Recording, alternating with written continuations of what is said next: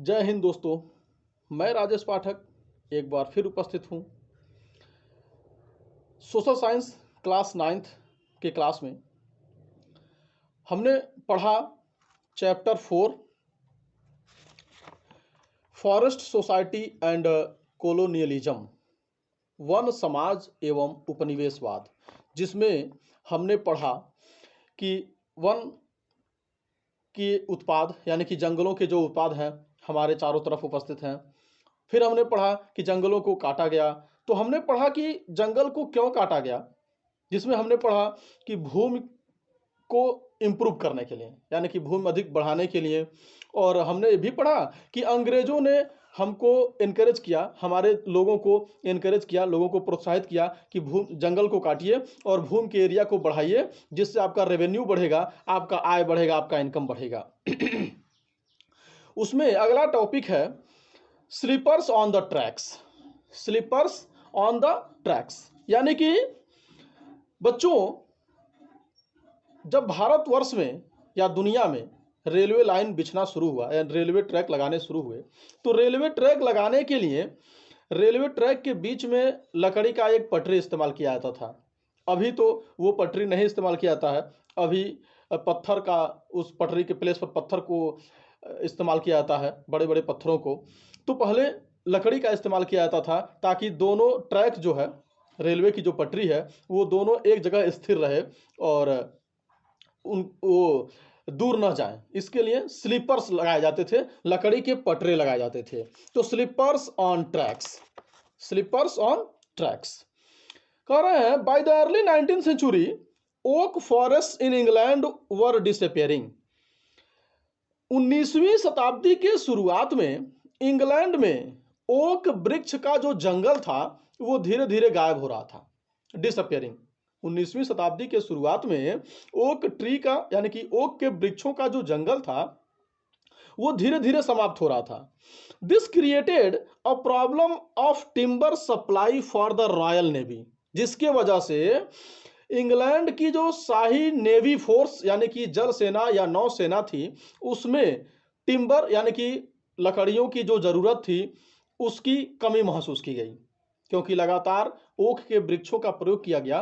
तो ओक के वृक्ष यानी कि ओक वृक्षों के जो जंगल थे वो समाप्त होते हुए दिखाई दे रहे थे। तो अब उसके बाद जो है नेवी फोर्स को उन लकड़ियों की जरूरत पड़ी, तो अब सप्लाई कम हो गया क्योंकि जंगल गायब हो रहा था, समाप्त हो रहा था, यानी कि उन जंगलों के वृक्ष जो है धड़ल्ले से कट रहे थे, तो करते करते समाप्त होने के कगार पर आ गए। How could English ships be built without a regular supply of strong and durable timber. तो कह रहे हैं कि अगर मजबूत और लंबे टाइम तक जो टिकाऊ लकड़ी है उसका प्रयोग नहीं होगा, यानी कि वो नहीं मिलेगा, तो नेवी फोर्स के लिए जहाज कैसे बनेंगे। अगर मजबूत और टिकाऊ लकड़ी प्राप्त नहीं होगा तो नेवी फोर्स के लिए जहाज कैसे बनेंगे, ये एक समस्या उनके लिए थी।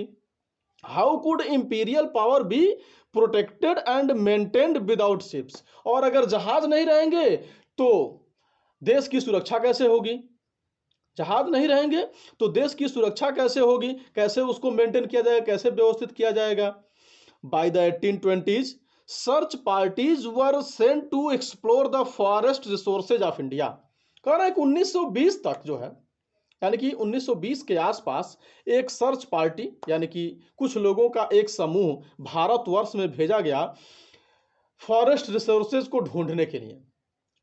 एक सर्च पार्टी यानी कि लोगों के एक समूह को भारतवर्ष में भेजा गया कि जाइए और पता लगाइए भारतवर्ष में कि अच्छे लकड़ियों का जंगल कहां कहां उपस्थित है और वो हमारे किस प्रकार काम आ सकता है।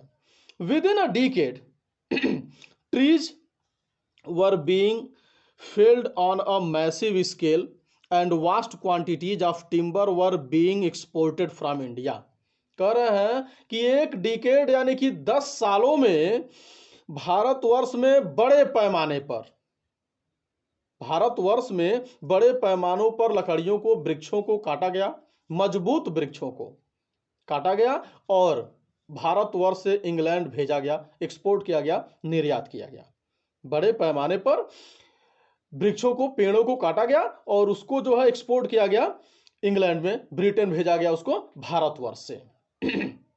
The spread of railways from 1850s created a new demand. 1850 के आसपास जब रेलवे को डेवलप किया गया, यानी कि रेलवे बिछाने का जो समय आया, यानी कि जब रेलवे लाइन बिछना शुरू हो गया, तो इससे नया डिमांड बढ़ गया, लकड़ियों की मांग फिर से बढ़ गई। अभी तो जहाज के लिए उसका प्रयोग किया जाता था, नेवी फोर्स के लिए, शिप बनाने के लिए, तो तमाम यानी कि बड़े पैमाने पर भारतवर्ष से लकड़ियां काटकर इंग्लैंड भेजी गई। लेकिन उसके बाद जब रेलवे लाइन बिछना शुरू हुआ तो उसमें लकड़ियों की जरूरत पड़ी, तो एक नया डिमांड आ गया लकड़ियों का। Railways were essential for colonial trade and for the movement of imperial troops. कह रहे हैं कि रेलवे आवश्यक था उपनिवेशिक व्यापार के लिए, यानी कि अंग्रेजों का हुकूमत हमारे यहाँ था, तो उनके व्यापार के लिए रेलवे आवश्यक था, और साथ ही साथ शाही सेना एक जगह से, यानी कि अंग्रेजों की सेना एक जगह से दूसरे जगह पर आसानी से आए जाए, इसके लिए भी रेलवे की जरूरत थी। To run locomotives wood was needed as fuel. अब देखिए, रेल के इंजन को चलाने के लिए लकड़ी की जरूरत फ्यूल के रूप में। रेल के इंजन को चलाने के लिए to run locomotives wood was needed as fuel.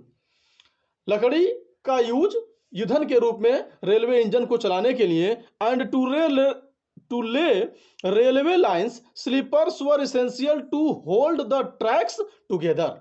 साथ ही साथ एक तो लकड़ी का प्रयोग रेलवे इंजन को चलाने के लिए ईंधन के रूप में किया जाता था, अब किया जाना था, साथ ही साथ रेलवे ट्रैक लगाया गया, तो वो दोनों ट्रैक जो है एक दूसरे से जुड़ा रहे, इसके लिए स्लीपर्स यानी पटरी की जरूरत थी, और वो पटरी मजबूत लकड़ियों की चाहिए थी ताकि दोनों ट्रैक एक दूसरे से जुड़ा रहे। Each mile of railway track required between 1760 and 2000 sleepers. कह रहे हैं कि एक मील रेलवे ट्रैक को बिछाने के लिए तकरीबन 1760 से लेकर 2000 स्लीपर्स यानी कि पटरियों की जरूरत पड़ती थी। रेलवे ट्रैक को बिछाने के लिए एक मील तक 1760 से लेकर 2000 स्लीपर्स यानी पटरियों की जरूरत पड़ती थी। From the 1860s the railway network expanded rapidly. 1860 तक जो है रेलवे ट्रैक बहुत तेज गति से लगना शुरू हुआ, यानी कि बिछना शुरू हुआ। By 1890 about 25,500 kilometre of track had been laid. 1890 तक तकरीबन 25,500 किलोमीटर रेलवे ट्रैक बिछा दिया गया था। 1890 तक तकरीबन 25,500 किलोमीटर रेलवे ट्रैक जो है लगा दिया गया था, बिछा दिया गया था। In 1946 the length of the tracks had increased to over 7,65,000 kilometre. कह रहे हैं 1946 तक जो रेलवे ट्रैक बिछाए गए भारतवर्ष में तकरीबन 7,65,000 किलोमीटर तक बिछाया गया। 1946 तक तकरीबन 7,65,000 किलोमीटर तक रेलवे लाइन बिछा दिया गया था। As the railway tracks spread through India, a larger and larger number of trees were felled.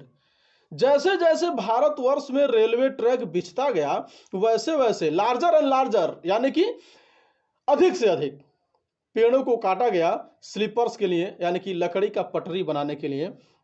इतने बड़े पैमाने पर तकरीबन 7,65,000 किलोमीटर 7,65,000 किलोमीटर 1946 तक रेलवे का ट्रैक बिछ गया, तो इसके लिए बहुत बड़े पैमाने पर पटरियों की जरूरत पड़ी। जैसा कि मैंने आपको बताया था कि एक मील में तकरीबन 1760 से लेकर 2000 पटरियों की स्लीपर्स की जरूरत पड़ती थी, तो 7,65,000 किलोमीटर रेलवे ट्रैक लग गया 1946 तक।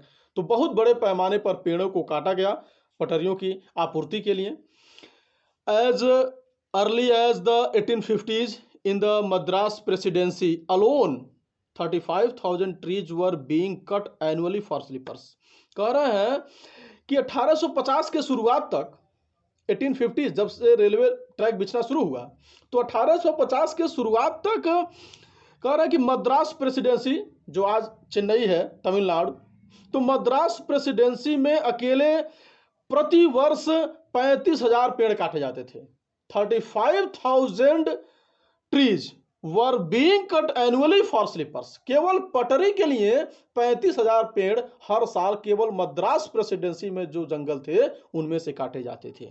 The government gave out contracts to individuals to supply the required quantities. सरकार जो है किसी पर्सनल यानी कि एक व्यक्तिगत किसी व्यक्ति को इन पटरियों को काटने के लिए कॉन्ट्रैक्ट देती थी, ठेका दे दिया जाता था, और लोग जो है आवश्यकता के अनुसार पटरियों को यानी कि वृक्षों को कटवाते थे और पटरियों को तैयार करते थे। These contractors began cutting trees indiscriminately, यानी कि ये जो कॉन्ट्रैक्टर थे ये अंधाधुंध पेड़ों को काटने लगे। वैसे भी ये बात तो सर्वविदित है कि कोई भी कॉन्ट्रैक्टर जब काम शुरू करता है तो ऐसा नहीं है कि वह केवल जितनी आवश्यकता है उतनी ही वस्तु का इस्तेमाल करता है। वो मान लीजिए पेड़ काटना है तो जितनी आवश्यकता रेलवे ट्रैक को बिछाने के लिए स्लीपर्स की है वो तो ठीक है, उसके अतिरिक्त और भी कट जाए जिसको बेचकर और अधिक पैसा बनाया जा सके, क्योंकि अभी तो ठेका मिला हुआ है, गवर्नमेंट ने बोला है कि आप कटवा लीजिए, आपको कॉन्ट्रैक्ट दिया गया है।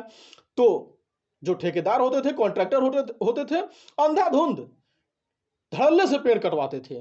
Forest around the railway tracks fast started disappearing. कह रहे हैं कि रेलवे ट्रैक के चारों तरफ जो है जंगल बहुत तेजी से डिसअपियर हो रहे थे, यानी कि गायब हो रहे थे। कहने का मतलब यह कि बहुत तेजी से पेड़ों का कटना चल रहा था। तो बच्चों, अगर इस वीडियो से आपको संतुष्टि है, आपको ज्ञान प्राप्त हुआ, आपने पढ़ा, तो मेरे चैनल को लाइक करिए, सब्सक्राइब करिए, शेयर करिए। धन्यवाद।